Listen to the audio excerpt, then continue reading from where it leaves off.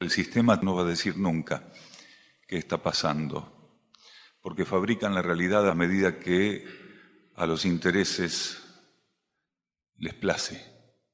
Quiere decir, fabrican una realidad en base a los intereses del sistema y nos van vendiendo esa realidad. Algunos nos hacen creer que nos las venden mejor, otros que nos la venden peor. Pero objetivamente ninguno de nosotros sabe lo que está pasando en la superficie del planeta, no sabe lo que está pasando con la humanidad en ese contexto, ni sabe lo que es su vida si no puede reducir las distancias con esa conciencia interior, con esa esencia que está en él.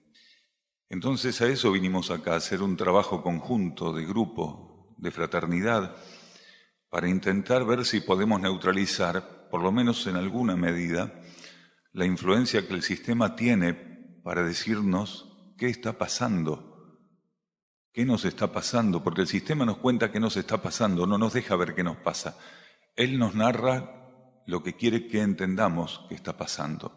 Y esto es grave, porque realmente tiene muchos clientes el sistema y muchos creen en lo que el sistema le dice.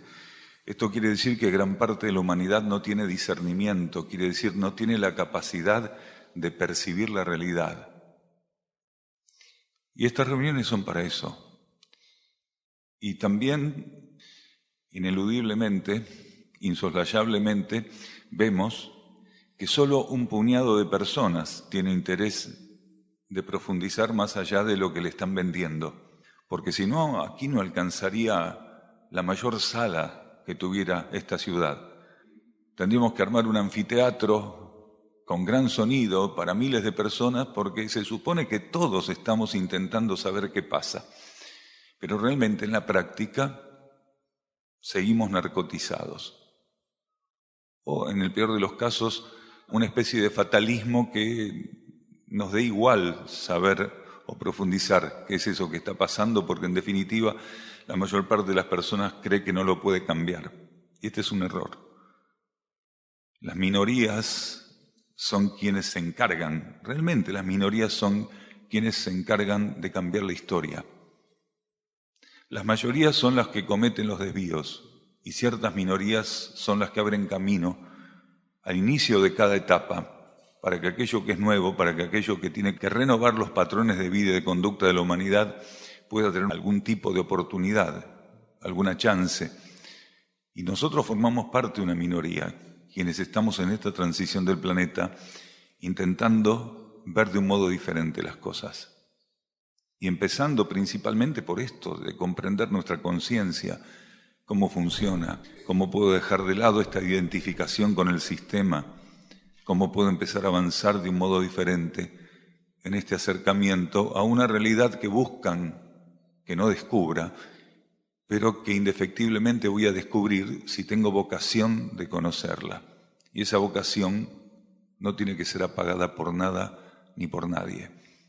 No tenemos que permitir que se apague esa vocación de conocer la verdad, porque en definitiva es la vocación de conocernos íntimamente, porque la verdad no la vamos a encontrar afuera, sino adentro.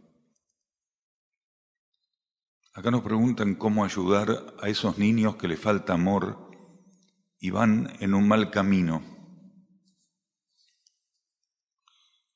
¿Qué les vamos a ofrecer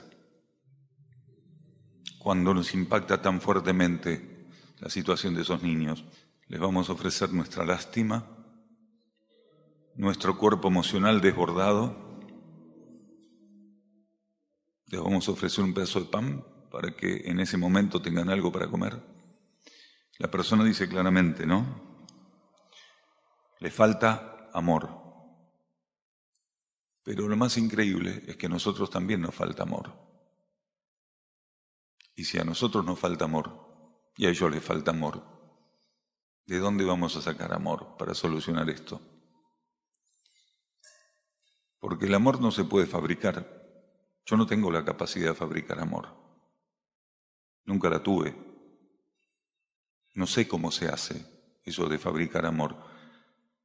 Tal vez si tuviera la fórmula podría colocar a disposición de este mundo y de esta humanidad un voltaje, un volumen, realmente un volumen inmenso de amor que solucionara las cosas, pero me rindo ante la posibilidad de que no soy capaz de fabricar amor. Yo no soy capaz de generar amor. Nunca lo fui. Pero fui entendiendo que podía abrirme al amor. Y eso para mí fue algo fundamental. En mi camino fue fundamental.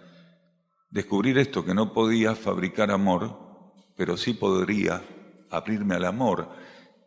Y para eso tenía que entender cuáles eran los impedimentos para que pudiera acercarme a esa posibilidad de abrirme al amor, aunque no lo pudiera fabricar, aunque no pudiera enlatarlo y repartirlo. Entonces fue fundamental en mi proceso evolutivo, en mi acercamiento a la esencia, esto de descubrir que el amor, si me abría a él, podía amar libremente a través de mí.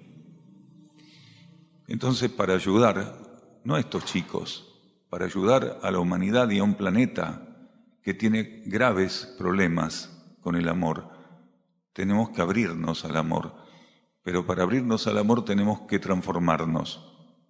Porque lamentablemente, esos chicos que nos dan lástima, y la lástima no ayuda a nadie, pero realmente dan lástima porque la mayoría siente lástima por ellos, es una verdad incómoda estar ante esos chicos. Es realmente una verdad muy incómoda. Uno cierra la puerta después que le dio un peso, o que le dio un vaso de leche, o que le dio un pedazo de pan, y se va para adentro con la verdad incómoda. Para ayudar a esos chicos, nosotros tenemos que haber despejado un camino realmente. Para dar lo que les hace falta, tenemos que retirar de nosotros lo que no sirve. Y el problema es este: a la humanidad le dan lástima a esos chicos, pero la mayoría no retira de sí mismo lo que impide que realmente puedan ayudar a esos chicos. Y ese es un trabajo de transformación. No a esos chicos, a todo este universo que necesita realmente encontrar en el amor una energía potente, que fluya, que realmente pueda actuar. Y uno puede decir, pero el amor puede actuar siempre. El instructor Jesús, el maestro Jesús, lo demostró, la energía crística operando a través de él, sí. Pero él se había transformado. Él no compartía las miserias de la humanidad, no las vivía. Él era quien se había transformado y podía ofrecer un amor tan amplio, tan profundo, como este amor que hoy seguimos necesitando. Hace 2000 años él abrió un camino que quedó abierto pero no transitado, porque si no este planeta y esta humanidad no hubiera llegado a lo que llegó. En definitiva, lo que queremos decir es que si queremos colaborar con la energía del amor, tenemos que aprender que el camino para que el amor fluya a través de nuestra conciencia es dejar de ser lo que somos, simplificar nuestra vida, transformarnos, dejar de hacer todo aquello que hacemos para que el amor no pueda amar a través nuestro. Por eso decía al principio que yo no sé cómo se fabrica el amor, pero estoy intentando descubrir cada vez más profundamente cómo puedo permitir que el amor ame cada vez en un voltaje y en un volumen mayor a través de mí. Y ese es el secreto. Si esos chicos necesitan amor, nosotros necesitamos también acercarnos al amor. Y descubriendo cómo acercarnos al amor, a partir de ahí vamos a dar el amor o ser canales de ese amor para que ese amor haga su trabajo. O sea, nosotros nos vamos a ocupar el lugar del amor, amando. Solo el amor tiene la capacidad de amar. Y el amor no nace en mí, me atraviesa.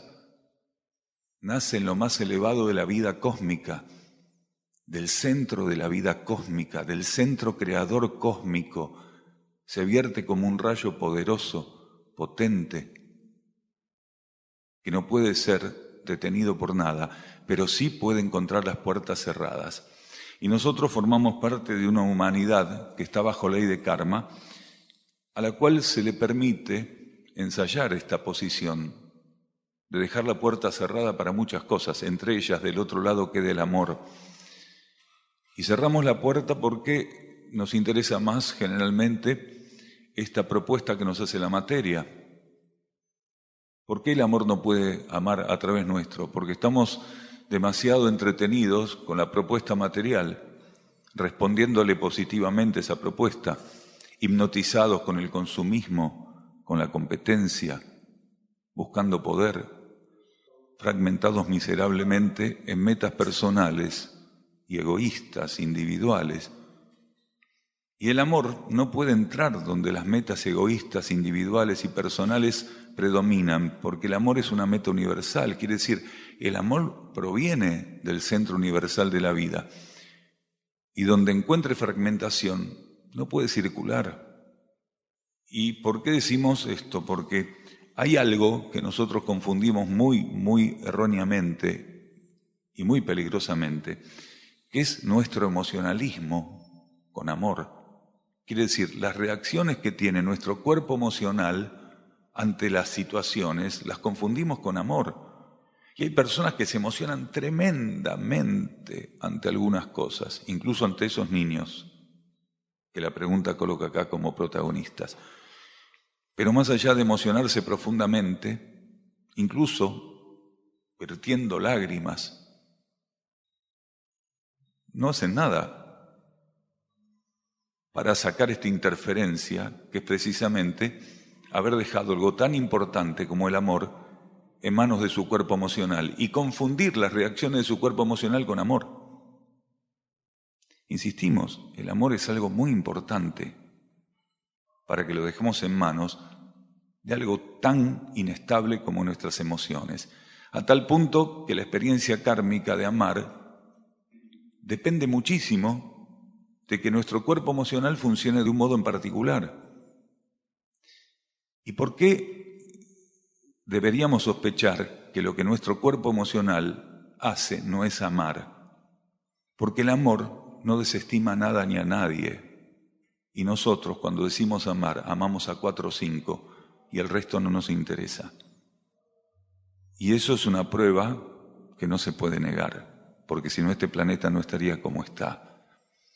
Entonces, mientras esos chicos no formen parte de un amor amplio universal y no puedan ser tocados y asistidos por un amor amplio universal, ese amor egoísta que está en manos, secuestrado por nuestro cuerpo emocional, no va a dar cuenta de ellos, a lo sumo va a llorar un poquito hasta que cerramos la puerta y prendemos a cualquier estúpido que esté hablando por ahí.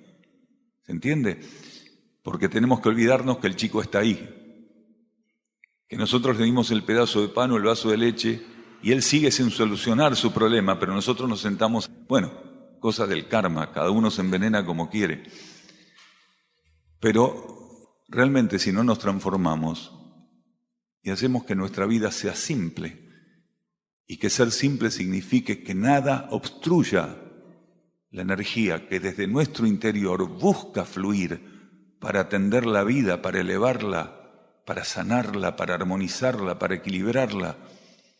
Y entre esas energías va a estar el amor. El amor no es la única energía, pero es una de ellas, y ninguna de ellas es más importante que la otra, porque desde nuestro interior las energías fluyen inteligentemente. Si un ser buscó la simplicidad y se elevó, cuando es necesario es canal de amor, o de inteligencia, o de voluntad, o de armonía, o de equilibrio, o de devoción. No tenemos que tener preferencias por un tipo de energía, sino estar disponibles para todas. Y esos chicos no solo necesitan amor, necesitan armonía. Y cuando sea necesario, si aprendemos a vivir en simplicidad y en sintonía con nuestro interior, le vamos a dar amor, pero le vamos a dar armonía, pero también les vamos a estimular con el orden que procede de nuestro interior y también nuestra inteligencia profunda, no esta inteligencia comparativa, racional, especulativa, sino una inteligencia profunda los va a asistir y va a intentar organizar este universo de un modo diferente para que ellos encuentren el lugar que les corresponde. Entonces, la pregunta es simple de contestar. ¿Usted se transforma? Entonces la energía, cualquier aspecto de la energía va a poder pasar a través de usted, atendiendo la vida. No solo esos chicos y todo lo demás. Acá nos preguntan por qué los humanos se creen dueños de todo. ¿Es cierto? Y parece que sí. Porque una persona podría creer que es dueño de todo, por una limitación muy grande, obviamente. Y esa limitación se basa en la distancia que esa persona tiene de su propia alma, de su propia esencia espiritual. Mientras que el alma nos muestra que formamos parte del todo, el ego, identificado con la materia y con las leyes materiales y con las fuerzas involutivas, revierte eso, lo traspola. En vez de formar parte del todo, todo le pertenece. Quiere decir, todo le pertenece en la medida que él pueda competir e intentar alcanzarlo. Esto es una práctica muy común en la humanidad. Incluso personas que están en el camino espiritual, si no están atentas, están en el mismo negocio. Porque una cosa es los 10 minutos que soy espiritual y la otra son las 23 horas con 50 minutos que compito para ocupar un lugar en este planeta. Y tenemos que empezar a revertir eso, que tal vez estemos distraídos 10 minutos y 23 horas estemos atentos y disponibles para la vida interna. Y esa es la parte que falla.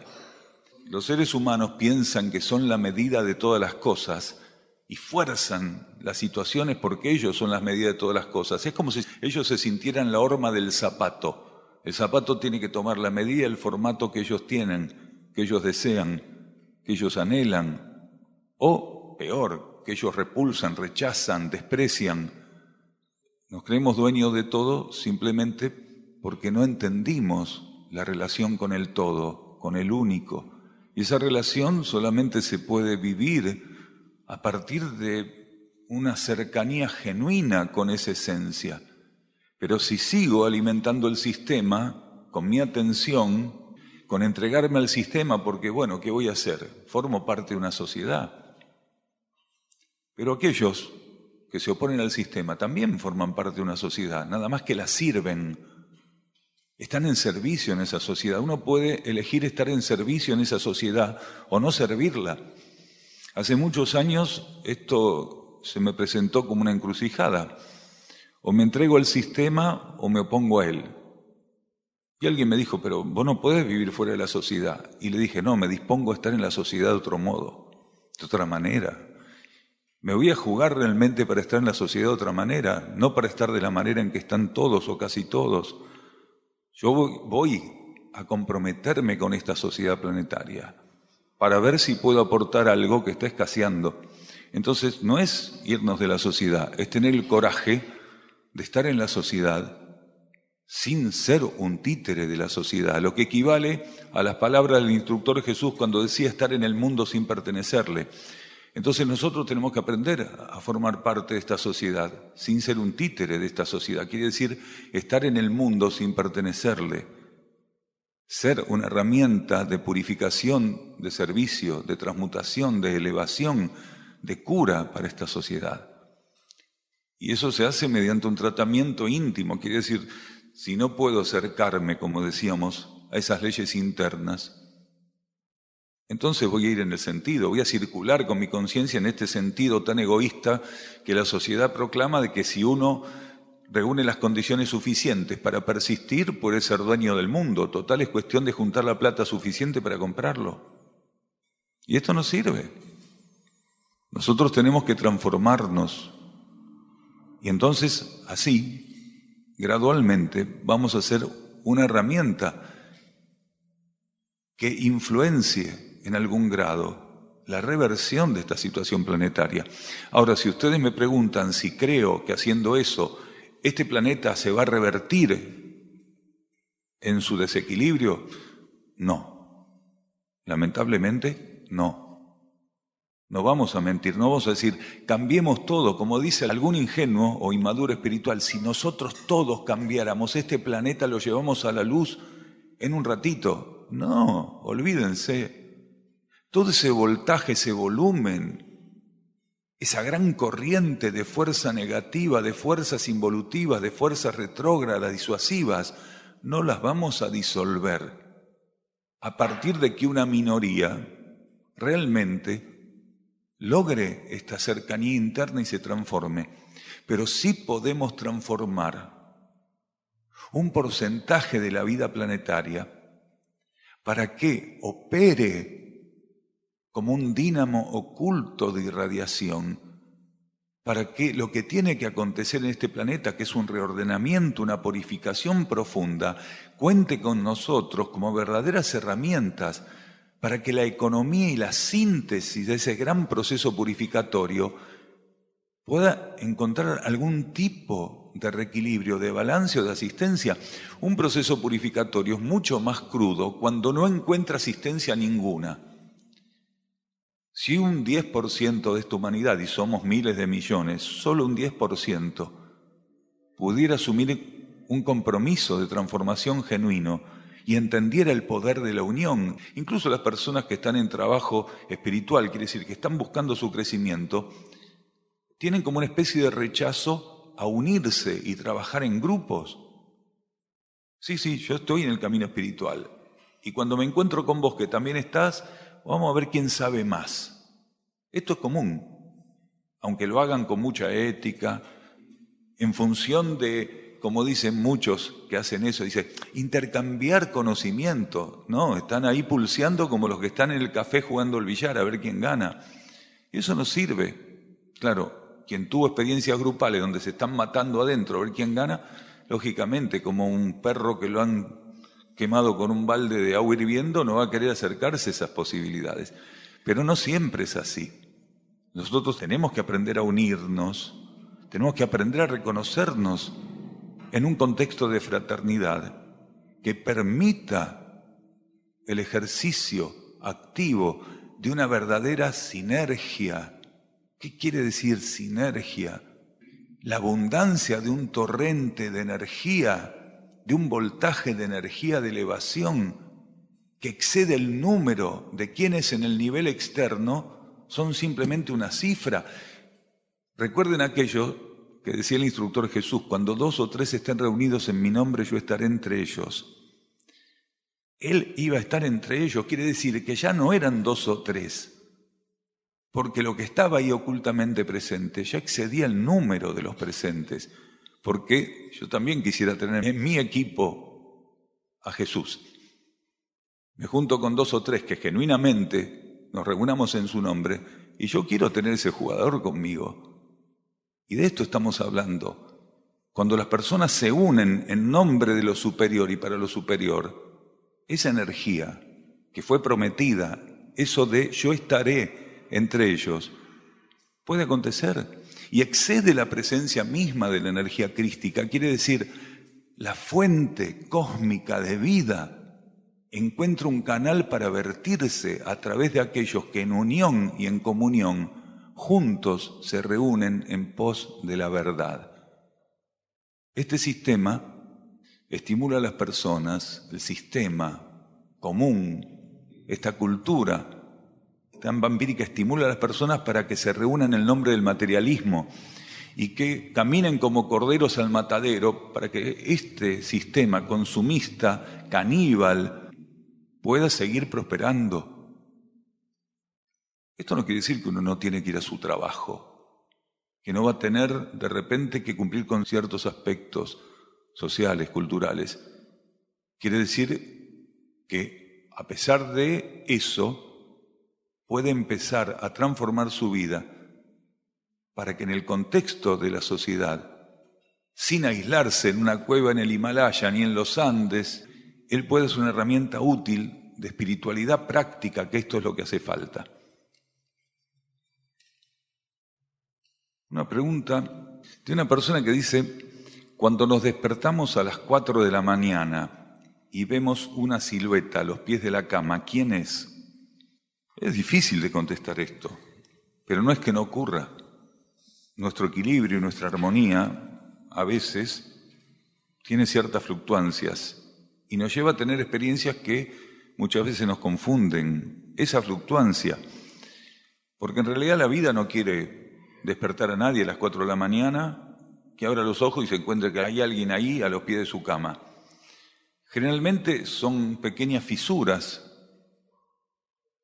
en nuestra estabilidad o en nuestra armonía o en nuestro campo emocional que abren la puerta para este tipo de experiencias. No es que vaya a ocurrir nada malo, pero comúnmente uno quiere saber quién lo acompaña cuando está durmiendo en su casa, ¿no es cierto?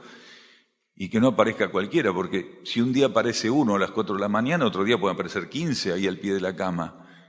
Y otro día me despierto y encuentro que hay una multitud mirándome. Entonces, cuidado con esto, porque ¿es normal 1 o 15?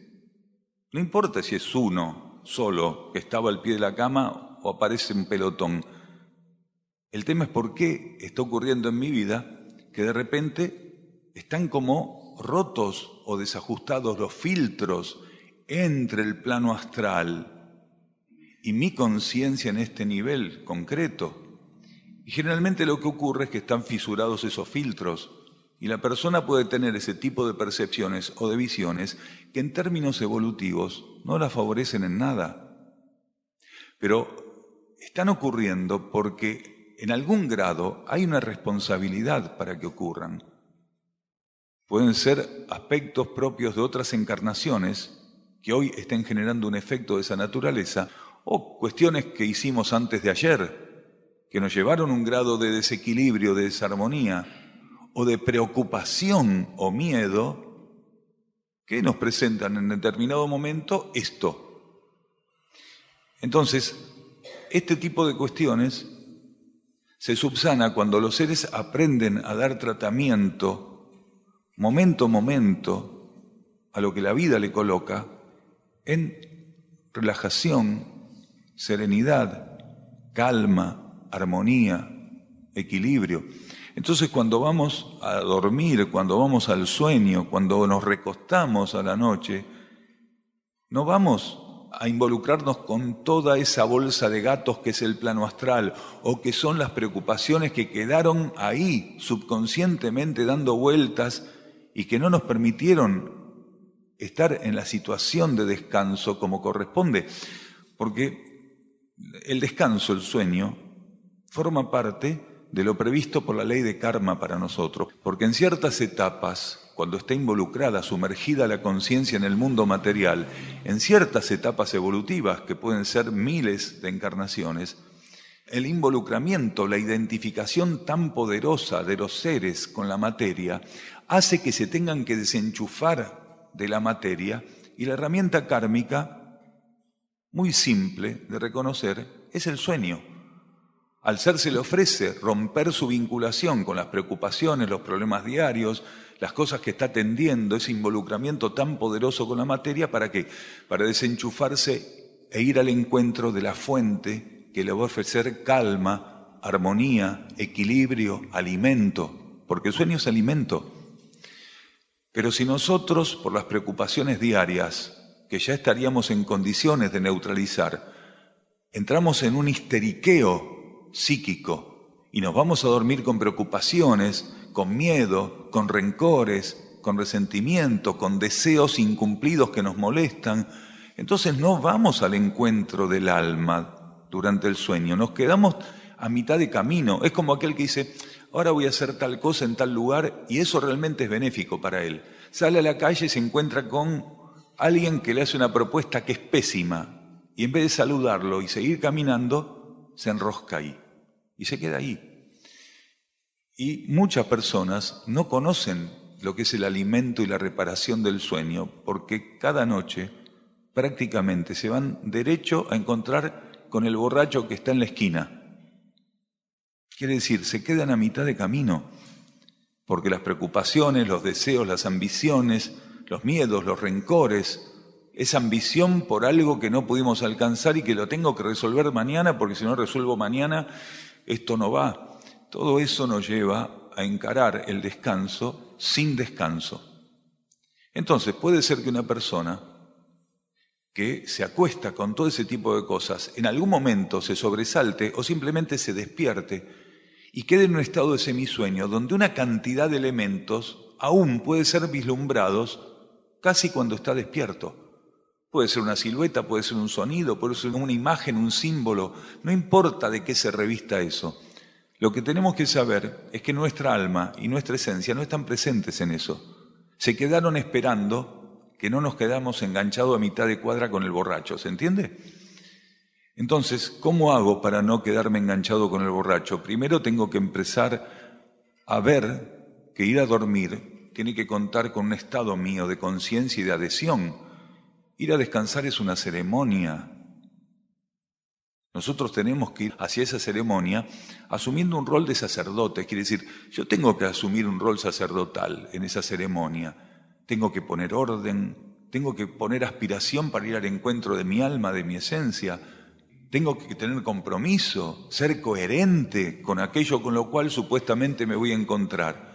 Entonces me acuesto, me recuesto, apago la luz y busco serenidad. Y si mis pensamientos me traicionan o mis sentimientos, no tengo que inmaduramente confundirme y creer que soy ellos. Yo no soy esos pensamientos, yo no soy esos sentimientos, yo soy quien tiene que gobernarlos. Quiere decir, nosotros confundimos al pensamiento con lo que somos nosotros. Nosotros somos luz. Somos esencia, somos vida interna, no somos la mente que piensa ni el centro emocional que se emociona. Nosotros no somos el cuerpo físico que utilizamos para movilizarnos en la materia. Tenemos ese cuerpo físico y tenemos que aprender a usarlo como quien, cuando no sabe andar en bicicleta, tiene que llegar al dominio de la bicicleta. Bien, nosotros con estos cuerpos tenemos que hacer lo mismo. Nada más que la bicicleta es tridimensional. Tiene aspectos mentales, aspectos emocionales y aspectos físicos. Es una bicicleta un poco más complicada, pero si aquel que tiene que aprender a andar en bicicleta se cree que es una bicicleta, termina en un psiquiátrico tomando pastillas. Y si nosotros nos creemos que somos mente, emoción y cuerpo físico, también vamos por el mismo camino, porque lo único que puede permitir que estemos acá en armonía es que hayamos, de algún modo, descubierto ese secreto, que yo no soy la mente que piensa, la emoción que siente, ni el cuerpo que utilizo para moverme en la materia. Entonces, cuando estoy acostado, tengo un compromiso. Como un sacerdote, decíamos, llevar esos cuerpos al entendimiento de que es el momento de abrirse a esa energía interna superior, armonizante, equilibrante, que está esperando simplemente que le digamos, vamos, me comprometo hoy, porque esa energía siempre está ahí. Cuando logramos empezar a sobrellevar esas instancias de descanso hacia el sueño de esa manera, muchas cosas en nuestra vida cambian. Primero porque nos vamos a levantar posiblemente muchísimo más renovados que antes. Y sin saber por qué, también posiblemente vamos a sentir una armonía que antes no sentíamos.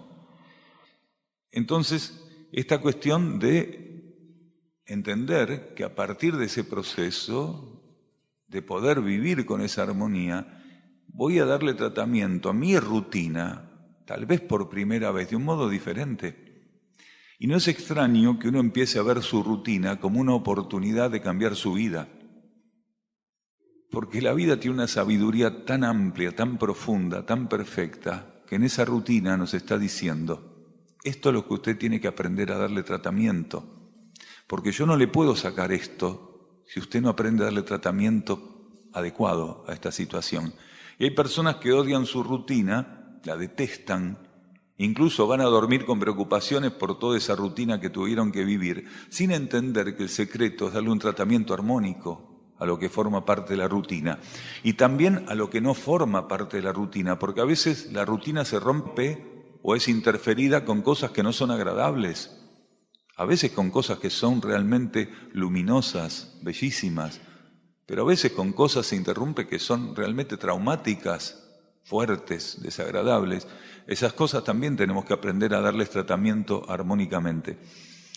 Entonces se supone que a partir de que un ser compone o recompone su vínculo con esta oportunidad preciosa de ir al sueño y al descanso con una conciencia diferente, reconociendo que es una oportunidad óptima para entablar un vínculo más profundo con su alma, algo tan simple como ver el sueño de otra manera puede empezar a cambiar nuestra vida. Durante el sueño, cuando se establece finalmente ese vínculo con el alma, nosotros empezamos a recibir instrucción muy profunda. Gran parte de la instrucción espiritual no se recibe en este plano de la vigilia, acá, conscientemente en una charla o con un libro o con una experiencia de corte místico o esotérico. Gran parte de la instrucción espiritual se recibe en ese momento de intimidad fuera de la influencia del campo material, en el campo onírico, en el campo del sueño, donde el alma nos tiene para ella sola, ¿se entiende?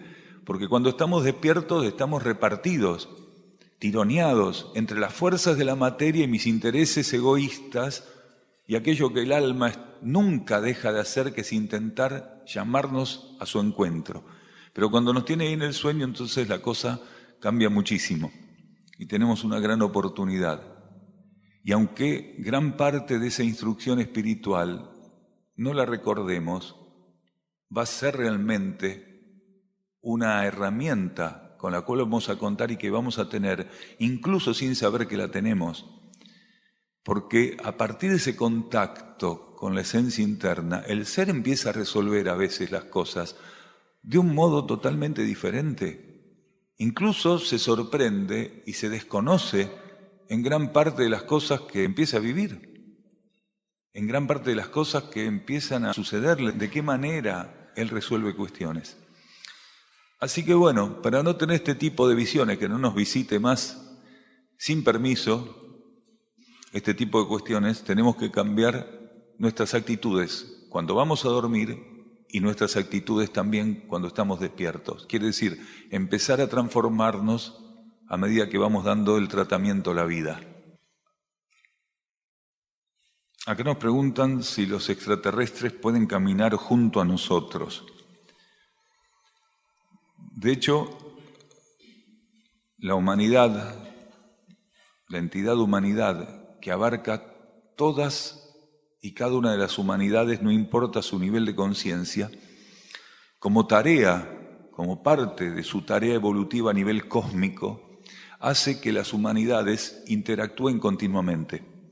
Esa interacción no siempre cuenta con la conciencia de cada una de las humanidades que están en ese momento estableciendo un vínculo. ¿Qué es lo que pasó hasta ahora prácticamente con nuestra humanidad de la superficie terrestre?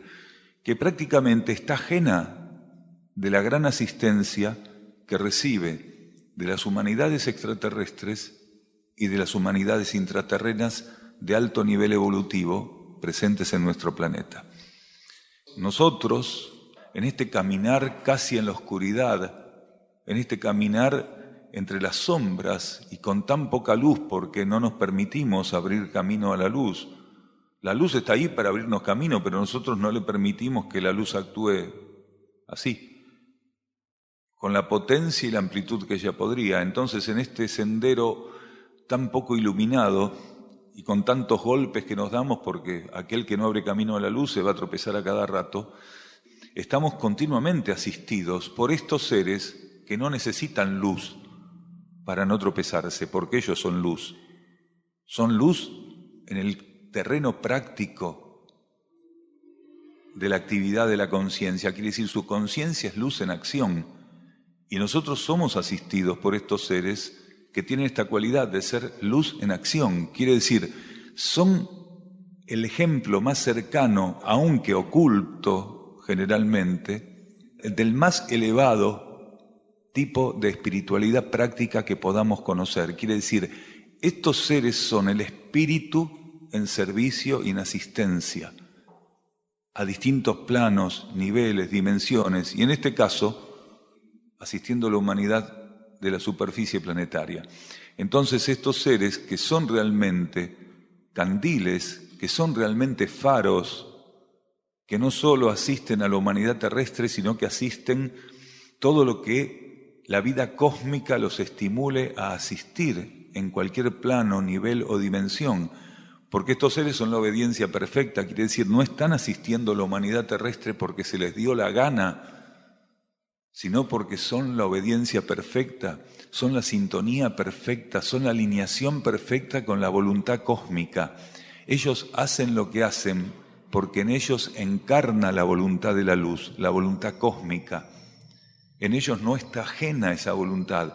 Ellos son herramienta de la energía, de la luz, de la esencia de la vida cósmica. Entonces nos asisten precisamente porque si esa asistencia no estuviera presente, nuestra falta de armonía, de equilibrio, de apertura hacia la luz, de estabilidad, nos ofrecería una salida evolutiva absolutamente imposible. Ellos asumen en nombre nuestro mantener abierta esta posibilidad de que la armonía y el equilibrio puedan emerger en un planeta que en su superficie está totalmente cerrado a eso. Ellos mantienen abiertas las puertas para la armonía y el equilibrio. Ellos son dadores de armonía y de equilibrio. Donde nosotros sacamos, ellos ponen. Donde nosotros no llegamos, ellos alcanzan. Continuamente y ocultamente están compensando el gran daño que la humanidad inflige a la vida de la superficie planetaria. Transmutan los excesos de contaminación, transmutan los excesos de la capa psíquica, que actualmente tendría un nivel de compresión que haría que ninguno de nosotros pudiera ni siquiera pensar. Estaríamos absolutamente aplastados por la presión de la capa psíquica. ¿Qué es la capa psíquica? Ese gran espectro de energías compuesto del campo mental y del campo astral planetario, que llegó a un grado de densidad y de actividad negativa que haría que la vida planetaria en su superficie fuera prácticamente imposible. ¿Y quiénes alimentaron esa posibilidad? ¿Vamos a hacer una adivinanza? Sí, nosotros. Exactamente. Entonces, ellos que forman parte de la entidad humanidad, como nosotros también la formamos, aunque no parezcamos que realmente formamos parte de la entidad humanidad cósmica, ellos están continuamente compensando, no evitando que transitemos el retorno kármico de nuestros errores, pero sí compensando los voltajes que harían imposibles que nosotros pudiéramos vivir la experiencia kármica de enfrentarnos a lo que generamos. Ellos limitan siempre aquello que nos aniquilaría, aquello que nos destruiría. Continuamente están compensando, transmutando y poniendo siempre a disposición por irradiación la posibilidad de que quienes quisieran abrirse al camino de la luz, de la armonía y el equilibrio, tengan las puertas abiertas para eso. Ellos mantienen esas puertas abiertas. ¿Podés hablar más alto? Exacto. Existen maniobras de esas continuamente. Es más, aunque los gobiernos, las principales potencias no lo reconozcan, hay una gran cantidad de pruebas nucleares que no pudieron detonarse. E insistieron en revisar los mecanismos, estaba todo perfecto y no se podían detonar. Si la cantidad de pruebas nucleares que se intentaron hacer hubieran detonado, este planeta tendría un índice de radioactividad imposible. Entonces se permitieron experiencias nucleares en la medida que la elección kármica y el proceso kármico correspondiera. Pero es un poco como vos decís con el misil. Cuando un misil no tiene que ir a impactar sobre un determinado campo de existencia, simplemente lo desintegran, quiere decir, lo involucionan, disuelven el campo material de ese misil y devuelven esas partículas al reservorio de átomos del planeta. Entonces, ¿qué pasó? Sí, el que envió el misil de repente pierde contacto con el misil y piensa que es una falla del sistema de seguimiento. Y después, como no detona, piensan que aparte de la falla, el misil estaba fallado. Pero en realidad hay un montón de misiles que a mitad de camino se les pierde el rastro. Lo mismo ha ocurrido con submarinos, lo mismo ha ocurrido con aviones, con barcos de guerra, lo mismo ha ocurrido también con científicos que kármicamente no aceptaban estímulos para no seguir dañando con sus intenciones y su manipulación a la humanidad. Muchos científicos que desaparecieron están supuestamente desaparecidos por la CIA, por el FBI, por la KGB. Claro que la CIA, el FBI, la KGB y otros servicios de inteligencia, el Mossad, han hecho desaparecer mucha gente.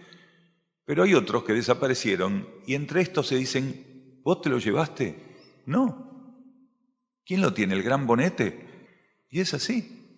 Nosotros no sabemos hasta qué punto estas conciencias que para nosotros son absolutamente omnipotentes, pueden intervenir en beneficio de la humanidad cuando internamente están habilitadas, modificando aspectos de la vida material o generando limitaciones, aunque la humanidad no se dé cuenta que las limitaciones están impuestas a través de ese mecanismo. ¿Cómo enfrentamos el apego y la muerte de los seres queridos? Nosotros tenemos que empezar a entender que la reacción que generalmente vivimos o viven algunas personas, la mayoría, cuando algún ser querido o algo que quieren mucho, a veces no es una persona, simplemente un bien material o alguna cosa en particular. Qué buena pregunta, ¿eh? ¿Nos sirve después para ir también a los perros? Está bueno, está escuchando, parece que no, pero está escuchando ahí. Entonces, algún ser querido, un perro, un gato también, incluso un canario, no importa qué. Esta cultura nos impuso, porque obligatoriamente tenía que ser así, nos impuso el duelo, la incomprensión, la negación, precisamente porque el camino era mantenernos limitados. Y esta cultura nos robó la posibilidad de entender que la muerte no existe. Y como nos robó esa posibilidad, la mayoría vivimos muy angustiosamente esto que se llama muerte por no comprenderla. ¿Alguno de ustedes vio alguna vez un documental de delfines? ¿Vieron los delfines en algún documental? ¿O vieron delfines en el mar libres? ¿Vieron cómo nadan los delfines? Por arriba de la superficie y por abajo. Un tramo del lado del delfín es casi un salto fuera del agua. Otro tramo se sumerge y va por abajo. Las dos cosas le sirven para tomar envión, no una sola. ¿Qué cosa, no? No es una de las dos cosas que le sirven las dos. Ahora, cada vez que ese delfín va hacia afuera o va hacia adentro, ¿es otro delfín o es el mismo? Es el mismo. Con la vida ocurre igual. A veces cuando voy para el lado externo de la vida, cuando encarno, estoy simplemente haciendo eso, un salto hacia el lado externo de la vida. Es un poco más largo que el salto del delfín, porque tengo una hermosa oportunidad cuando estoy en el lado externo de la vida, fuera del agua, como quien diría con el delfín, para hacer una cantidad de experiencias. Aprender a manejarme fuera, quiere decir aprender a manejarme en el mundo material. En cuanto a lo que kármicamente y en términos de la voluntad de mi alma fue hecho como experiencia, no me queda otra cosa que sumergirme. Y voy al encuentro de las leyes internas, voy al encuentro de mi alma, y en esa instancia interior también recibo instrucción y otras posibilidades que estar en la materia no me puede permitir. Y no hay nada más hermoso que entender que un delfín en un oceanario es un animal idiotizado, continuamente con pastilla, pues si no se matarían contra los vidrios. Las ballenas, las orcas y los delfines están drogados en los oceanarios. Nosotros, en este oceanario cultural, también estamos drogados, ¿entiende? Y tenemos que aprender a entender la vida como eso, como delfines. Aprender que la vida no termina simplemente por la muerte, sino que nos están invitando nuevamente a los niveles internos, a entrar en contacto con aquello que nos va a permitir volver a tomar envión para encarnar nuevamente. No se puede estar ni permanentemente en los niveles internos de la vida, quiere decir desencarnado, o continuamente encarnado, porque la complementariedad en esa vida única, porque esa vida es única, no tenemos muchas vidas, tenemos que empezar a entender esto. Lo que llamamos muchas vidas es esto de ir para afuera, para adentro, para afuera, para adentro, pero la vida es indestructible, la vida es eterna, infinita. La vida es inagotable, quiere decir, nadie muere, solamente lo que hace es devolver los trajes que en cada encarnación le dan con una característica diferente, porque precisamente él no va a volver a saltar para afuera, para lo mismo, del mismo modo que el delfín no salta para afuera para quedarse en el mismo lugar. sino para seguir su camino. Nosotros tenemos que entender la muerte de esta manera. Aquel que queremos acaba de demostrarnos, cuando está desencarnando, que él necesita volver a los niveles internos para reorganizar lo que necesita para volver a encarnar. Y cuando está en los niveles internos la conciencia, está haciendo eso. Está aceptando la planificación que la vida interna y su propia alma le presentan. Porque cuidado, que nosotros volvemos a la materia con un libreto, después casi nunca lo cumplimos. Improvisamos, hacemos mal las cosas. Pero nosotros cuando vamos a encarnar, cuando vamos a volver a saltar afuera, el alma nos dice, mira, necesito que intentes esto y esto.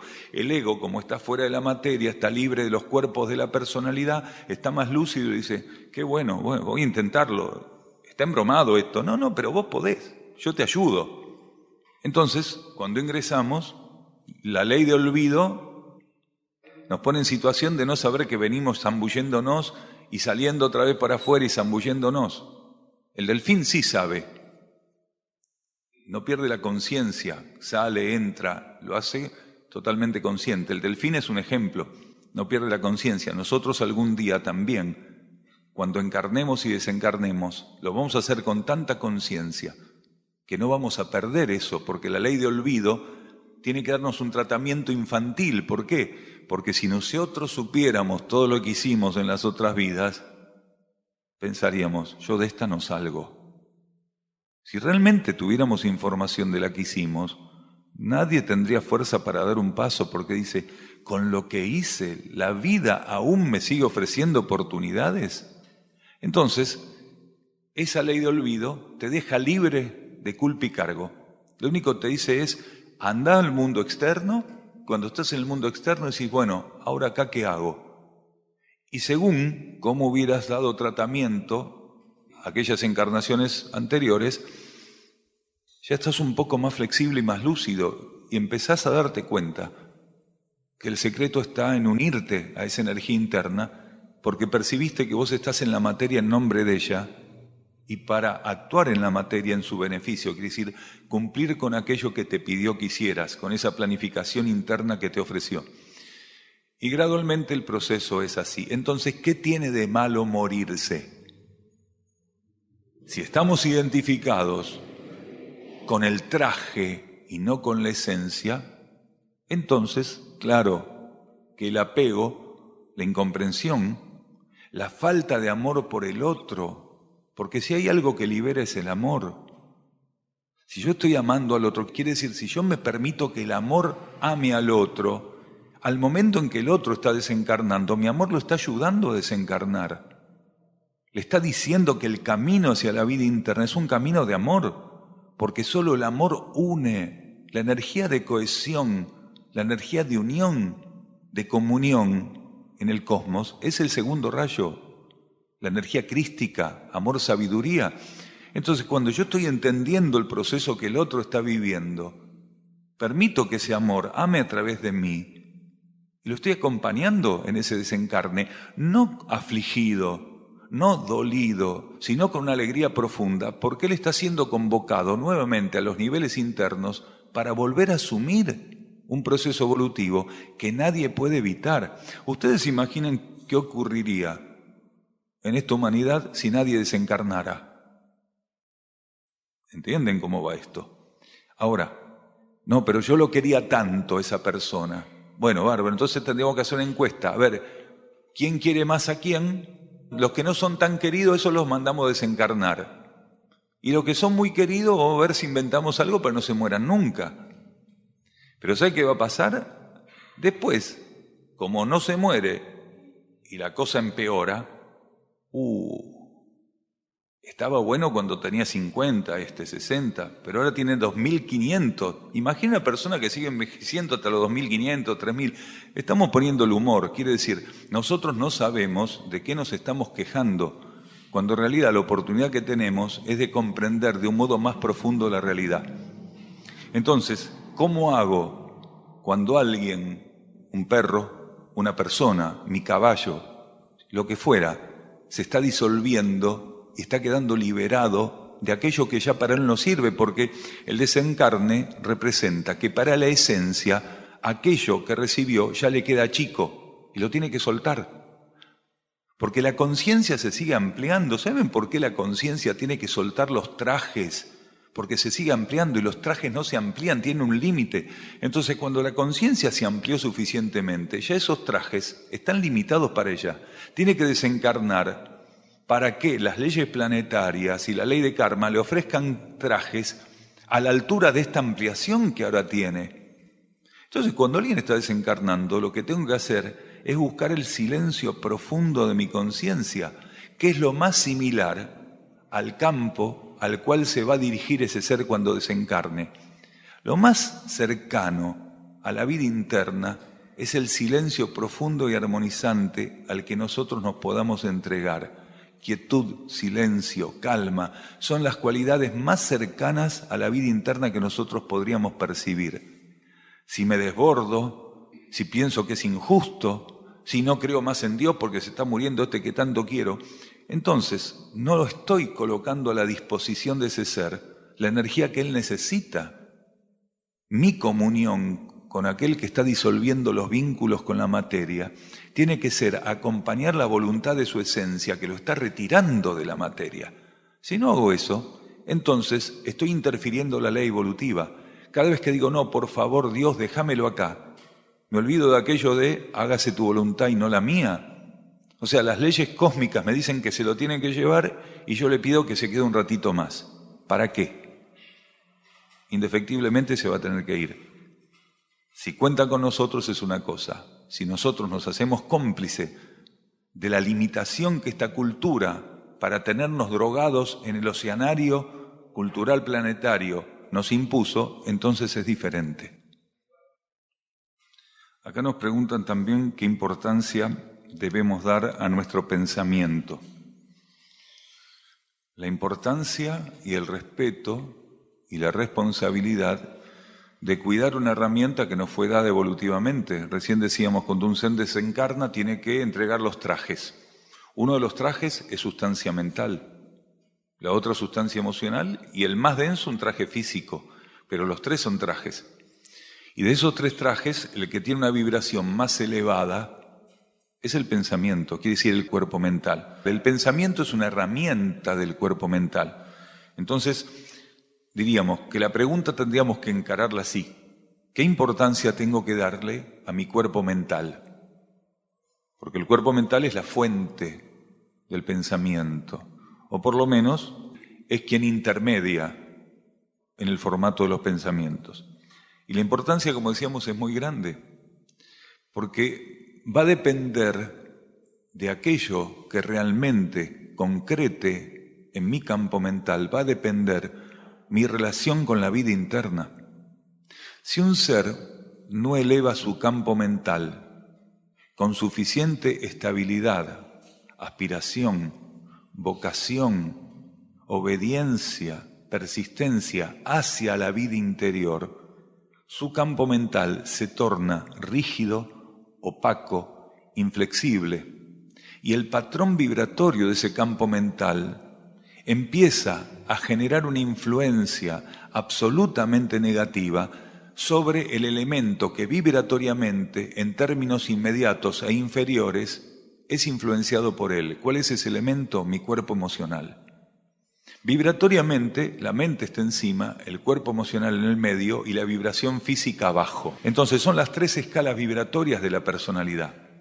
Si la mente no puede abrirse camino hacia la vida interna, si la mente no puede aceptar la vida interna, automáticamente esa vibración densa e inestable hace que el techo vibratorio de mi cuerpo emocional empiece a descender. Porque al igual que un edificio, una propiedad horizontal, un edificio de departamentos, el techo de uno es el piso del otro. Entonces, si mi mente está bajita, el piso de mi mente va a estar bajo y el techo de mi cuerpo emocional va a estar muy bajo. Si mi mente se eleva su vibración, el techo mental se acerca más a la posibilidad de reflejar la luz interna, el piso mental no puede guardar una excesiva distancia, también se eleva, y ese piso mental elevado es el techo emocional. Quiere decir, va a depender absolutamente mi equilibrio emocional de aquello que haga y oriente en mi campo mental. Entonces, la responsabilidad de acercar nuestro campo mental a la sintonía con nuestra energía interna es una responsabilidad muy grande con la cual tenemos que cumplir. No solo por nosotros, porque eso sería lo de menos, porque nosotros somos uno entre miles de millones. Esa responsabilidad la tenemos que asumir en nombre del planeta y de la humanidad. Porque esto que decíamos antes de la sinergia, que cuando 2 o 3 estén reunidos en mi nombre, yo estaré entre ellos, también cabe como ejemplo para los vehículos o cuerpos de mi personalidad. Cuando mis vehículos, 2 o 3, se reúnan en mi nombre, quiere decir, cuando mi cuerpo emocional y mi cuerpo mental se reúnan en nombre de mi propia alma, la energía del alma va a estar entre ellos. 2 o 3. De paso sumamos al cuerpo físico. Quiere decir que aquello que decía el instructor Jesús también era una señal oculta para saber qué hacer con nuestra conciencia. Tenemos que hacer que esos 2 o 3 solo se reúnan en nombre de lo superior. Entonces, gradualmente, la sustancia mental que me fue ofrecida empieza a tornarse luminosa y cada vez más traslúcida, cada vez más flexible, más plástica. La humanidad en su conjunto tiene un cuerpo mental general, rígido, opaco, denso. Con observar las metas de esta humanidad y lo que considera válido o inválido, bueno o malo, nos damos cuenta. El Estado que se impuso a sí misma y el planeta. Pero hay individuos que dentro de esa gran masa mental, emocional y física, rescatan hacia la luz lo que ellos son. Entonces, eso colabora para que una cierta cualidad vibratoria en el campo psíquico del planeta o en la vida psicofísica del planeta opere como si fueran agujas de acupuntura. ¿Vieron que a veces, en medicina china, según fuera la necesidad, puede aplicarse una aguja en una coordenada, en un meridiano determinado, en un punto estratégico?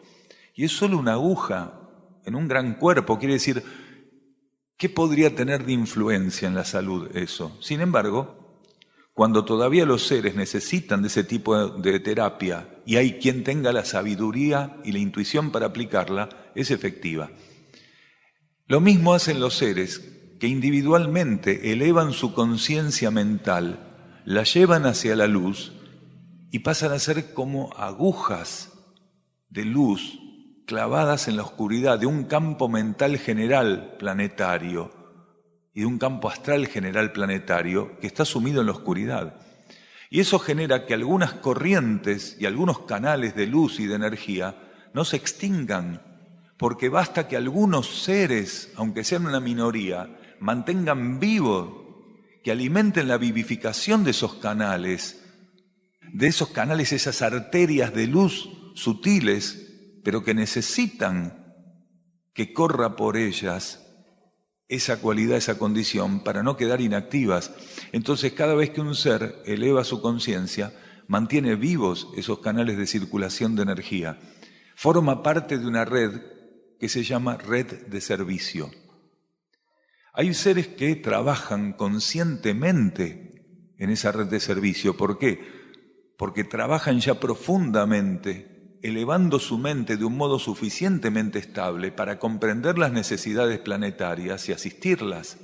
Ya son guiados intuitivamente, generalmente, para poder entender de qué se trata esa participación y hacerla propia como planificación, porque es una meta universal asistir al planeta. Entonces, elevar la mente, saber llevar la mente hacia el interior, es un servicio y es una meta universal.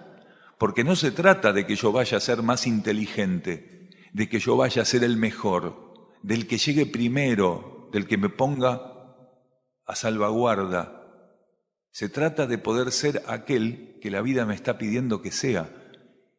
Y la vida nos está pidiendo a todos que elevemos nuestro campo de conciencia psíquico para poder ser canales y espejos de esa actividad interior, superior, cósmica, porque esa actividad es de nuestro cosmos interno, ese cosmos que está dentro nuestro, aunque la razón dice que es imposible, y que realmente está dentro nuestro y que nosotros tenemos que aprender a liberar a través de los pensamientos y sentimientos elevados. Porque si no liberamos la esencia de nuestro cosmos interior, como microcosmos no servimos para nada. Estamos como encapsulados, ¿se entiende? Así que esa es una tarea para todos nosotros. ¿Y cómo se hace? Por vocación, por aspiración y por desilusión. Si yo todavía tengo esperanzas que el mundo material colme mis deseos, mis anhelos, mis ambiciones, mis proyectos personales, todavía no puedo hacer esto que estamos diciendo. Porque mi mente la voy a seguir orientando exclusivamente en mi beneficio. Quiere decir, en alcanzar metas personales y egoístas. Todavía las metas universales para mí van a ser un discurso, o en el mejor de los casos van a ser una teoría que me interesa. Qué bueno, ¿no? Esto de las metas universales. Qué bueno esto de las metas altruistas y solidarias. Qué bueno esto de ver qué puedo hacer por el planeta. Pero en la práctica simplemente es una empatía que no tiene poder suficiente para hacer que yo me vuelque responsablemente a sacarla de la teoría y llevarla a la práctica.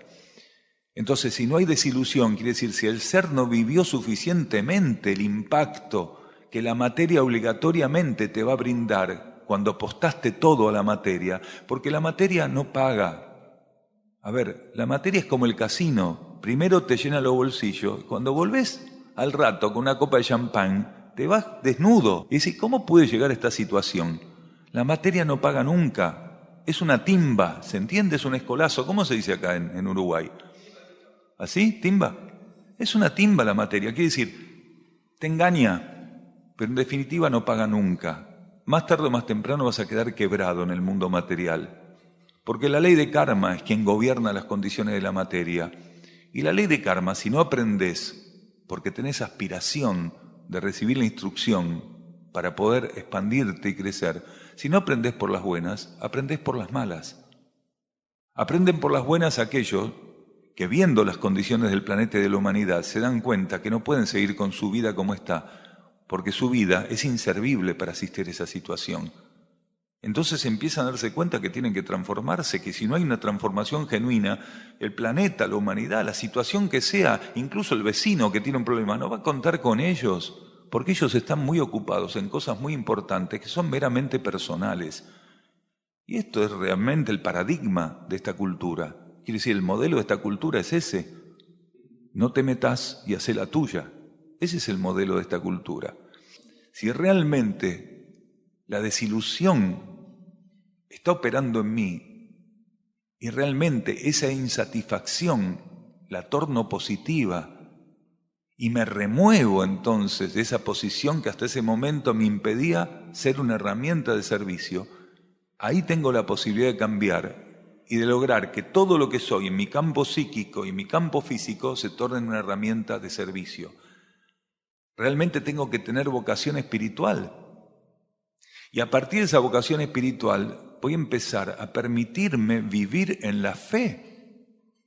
Encarnado acá, voy a estar viviendo en la fe. Porque cuando un ser está tan volcado, apostando por la materia, ninguna situación es una situación espiritual para él. Vamos a explicar esto. Para la mayoría de las personas, incluso que están en el terreno espiritual, supuestamente, una situación espiritual es lunes, miércoles y viernes de 20 a 21 horas, tengo mi momento para meditar, prendo mi saumerio y estoy cómodo en ese sillón. Tengo una luz especial, me traje de la India un tapiz. 3 veces por semana, 1 hora, quiere decir 3 horas semanales son espirituales. Después, cuando se agotó el saumerio, hacerse el yogi hindú ya le deja la cadera rota y se tiene que levantar el almohadón, entonces ahí es que dan por terminada su práctica espiritual y salen a gritarle al nene, pedazo de estúpido, yo estaba en meditación y vos gritando con la PlayStation. Y esto es grave porque realmente operamos así. Entonces esas personas no viven en la fe, porque solamente entienden como situaciones espirituales algunos momentos de la vida. Eso es tener la espiritualidad como un hobby. Y la espiritualidad es un compromiso muy profundo. Esas personas espiritualizan la vida, no son espirituales. Quiere decir, tienen una capacidad de crear escenografías para quedar conformes de tipo espiritual, pero no son espirituales porque un ser espiritual es un ser que permite que su esencia esté presente en lo que piensa, en lo que siente y en lo que hace. Y esas personas suelen estar lejos de esa posibilidad. Quiere decir, no se abren camino hacia verdaderas situaciones trascendentes. Y una situación trascendente es una situación que permite transformarme. Y estas personas huyen al compromiso de enfrentar situaciones trascendentes. Y una situación trascendente es, por ejemplo, intentar darse cuenta que ellos tienen mucho para transformar y alejarse de esa ilusión de creer que lo que hacen en términos supuestamente espirituales es perfecto y que encontraron el nirvana. Y se sienten cómodos, compensados en conciencia, y el planeta, bien gracias, porque de ellos no recibe nada. Sí se llenan los bolsillos de algunos instructores vendiéndole técnicas o vendiéndole supuestas teorías o diciéndole que le van a enseñar cómo transitar la Vía Láctea porque le van a enseñar cómo crear un cuerpo a voluntad y dice, no, pero eso necesita una iniciación y es muy costosa, porque no puede cualquiera. Pero lo que me vas a pagar es para que yo te saque el registro cósmico de circulación, no te creas que es para mí. Y esto ocurre continuamente, las personas pagan para que otro las lleve a la ilusión de que están en el camino correcto.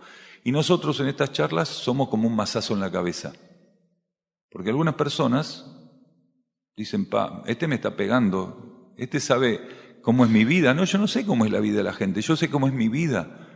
Y sé cómo fue mi vida cuando no entendía algunas cosas. Entonces conozco al que fui e intento conocer más al que soy.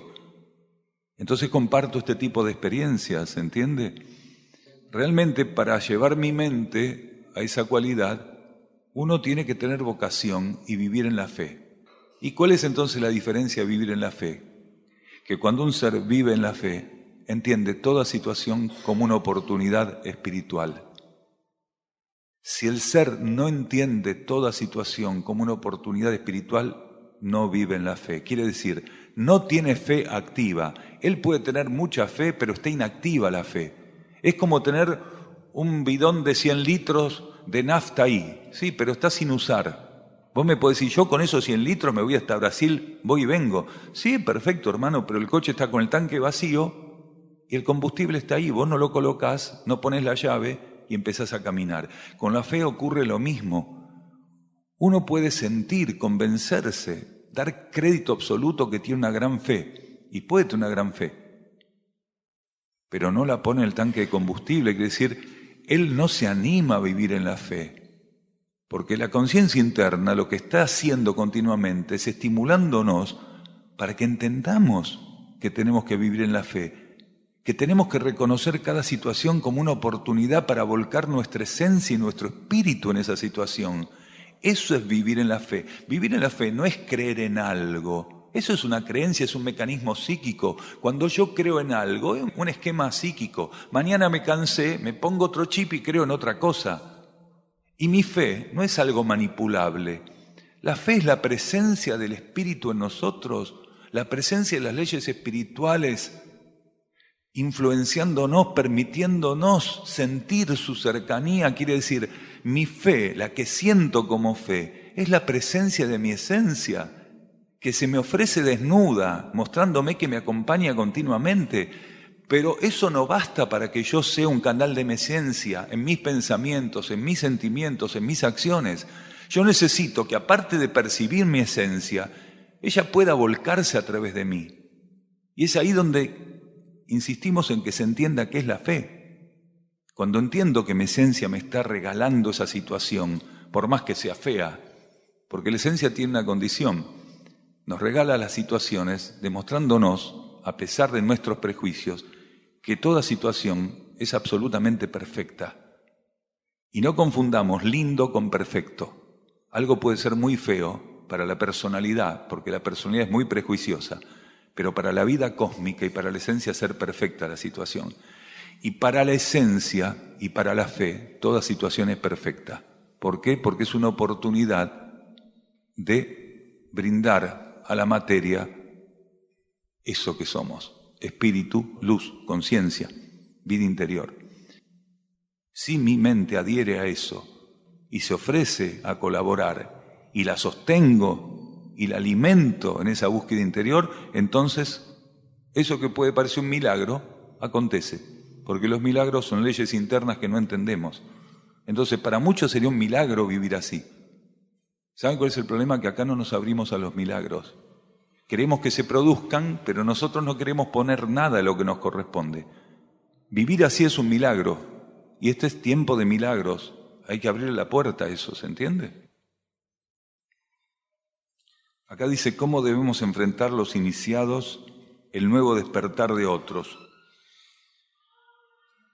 Objetivamente, esta pregunta es muy difícil de tratar, porque nadie sabe si es un iniciado. Hace cientos de años que gradualmente la energía fue retirando la posibilidad de que la conciencia pueda percibir las iniciaciones. ¿Por qué? Por esta situación de que la personalidad esgrime todo lo que cree que es superior en relación a otros de un modo absolutamente desequilibrado. Quiere decir, las personas a veces en el campo de la personalidad están muy lejos de aquello que son internamente. Quiere decir, una persona puede ser muy madura, despierta en términos espirituales, tanto su espíritu como su alma, pero su ego y su personalidad son muy inmaduros. Si ese ser tan inmaduro conociera el grado de iniciación interna que tiene, posiblemente estaría hablando pavadas todo el día, generando mayor conflicto del que genera ya con ese grado de inmadurez, sin saber que su esencia puede estar en un nivel de liberación o de expansión muy profundo.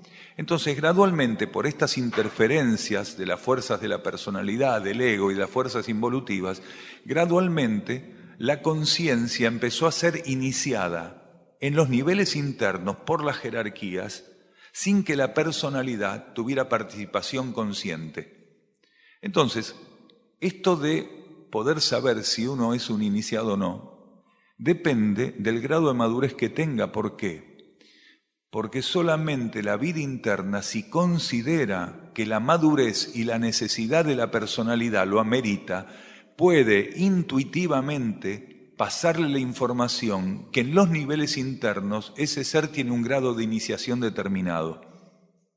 De esto deducimos que todos aquellos que se ofrecen iniciarnos pueden tener un grado de inmadurez, de ambición, muy grande, porque la conciencia general del planeta y las jerarquías determinaron que las iniciaciones son internas y se cerró la posibilidad de iniciaciones externas, se cerró totalmente en 1988 cuando se agotó la polaridad masculina extrospectiva de exteriorización y comenzó a manifestarse la polaridad femenina de interiorización.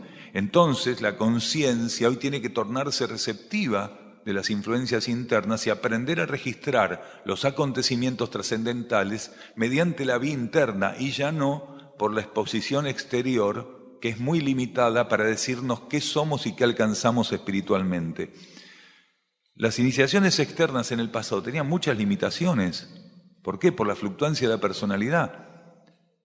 Un ser que iba a ser iniciado por un hierofante, no importa si era un hierofante de cuál categoría, si incaico, si maya, si egipcio, si caldeo, si chino, húngaro, no importa, porque hubo maestros e iniciados e instructores que acompañaban los movimientos iniciáticos en todo el planeta. Las ceremonias iniciáticas variaban, pero las iniciaciones eran planetarias, los niveles iniciáticos eran iguales.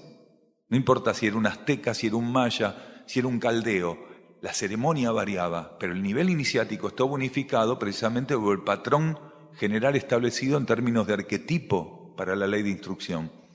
Entonces, ¿qué ocurrió? Gradualmente, los desvíos en los que iba incurriendo toda la humanidad hizo que realmente la interferencia que tenían para operar los hierofantes, los iniciadores, con aquellos que iban a recibir la iniciación, quiere decir, con el iniciando, empezaron a ser cada vez mayores.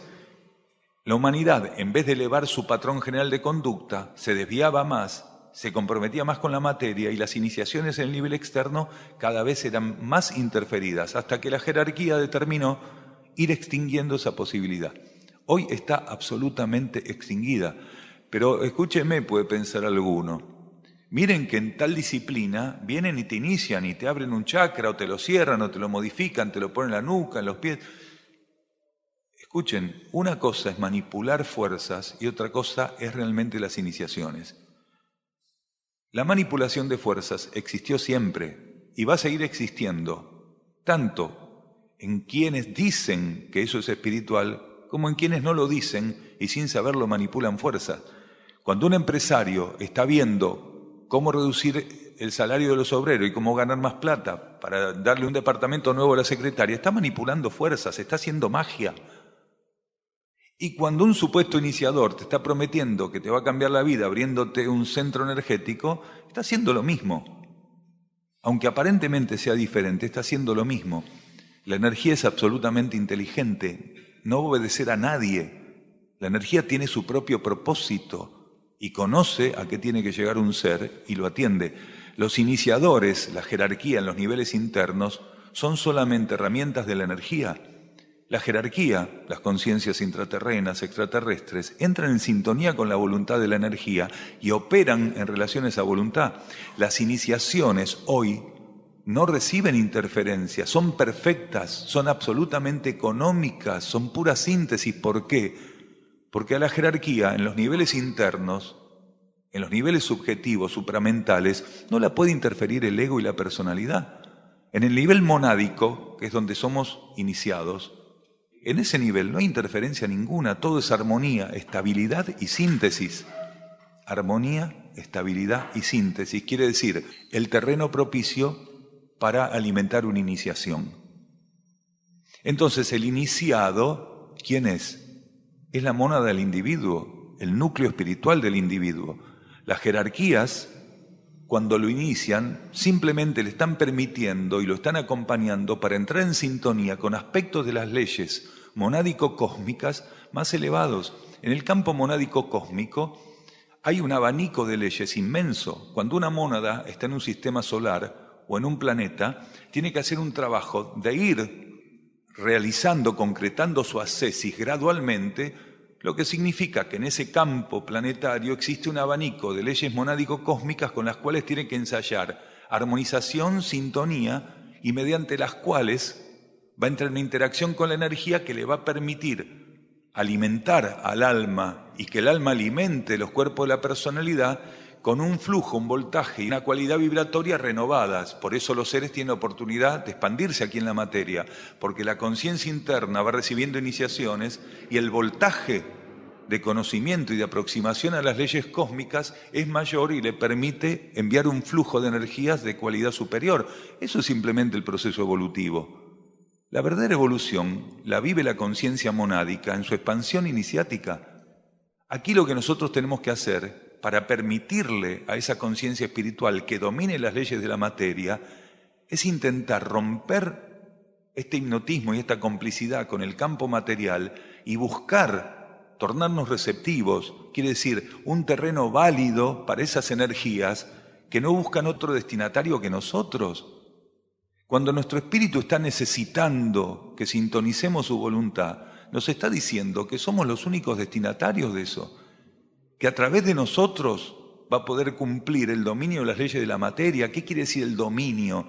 Quiere decir trabajar en la materia para elevarla, para divinizarla, para que la materia no quede en manos de las fuerzas disuasivas, de la oscuridad.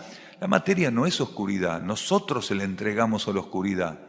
Somos nosotros los que cultivamos tanta oscuridad y terminamos del mismo modo que Monsanto está aniquilando el planeta. Nosotros ya lo aniquilamos antes. ¿Por qué? Porque si no, Monsanto no podría existir. Monsanto es el reflejo de las fuerzas involutivas aniquilando el planeta.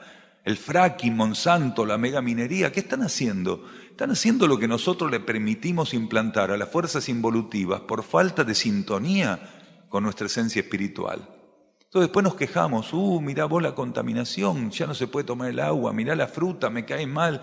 Bien, si hubiéramos estado en sintonía, nos hubiéramos puesto a la altura, hubiéramos sido dignos destinatarios de esos estímulos internos y con fidelidad y persistencia nos hubiéramos comprometido para que ellos se pudieran instalar a través de nuestras acciones aquí, esto no estaría pasando. Entonces, los iniciados tienen una gran responsabilidad, porque son los que más reciben golpes en la puerta para transformarse, cambiar y hacer algo por este planeta. Y ocurre que la mayoría de ellos deja la puerta cerrada como si no fueran iniciados en los niveles internos. Y esto es todo un tema. Por eso la mayoría de los seres no sabe que es un iniciado, siendo un iniciado. Por eso son pocos los iniciados que lúcidos pueden trabajar para el planeta. Pocos, pero tienen que ser más, porque la cantidad de aquellos que trabaja conscientemente en relación a su compromiso cósmico y espiritual son muy pocos en relación a los que realmente tienen la condición y cualidad para hacerlo. Quiere decir, entre lo que son internamente y lo que son externamente hay una diferencia enorme. Un iniciado es iniciado precisamente para poder transformar lo que él es en este plano, no para seguir durmiendo la siesta sin atender las necesidades que precisamente la iniciación le ofreció. Muchísimas gracias. Mucha gratitud por su presencia.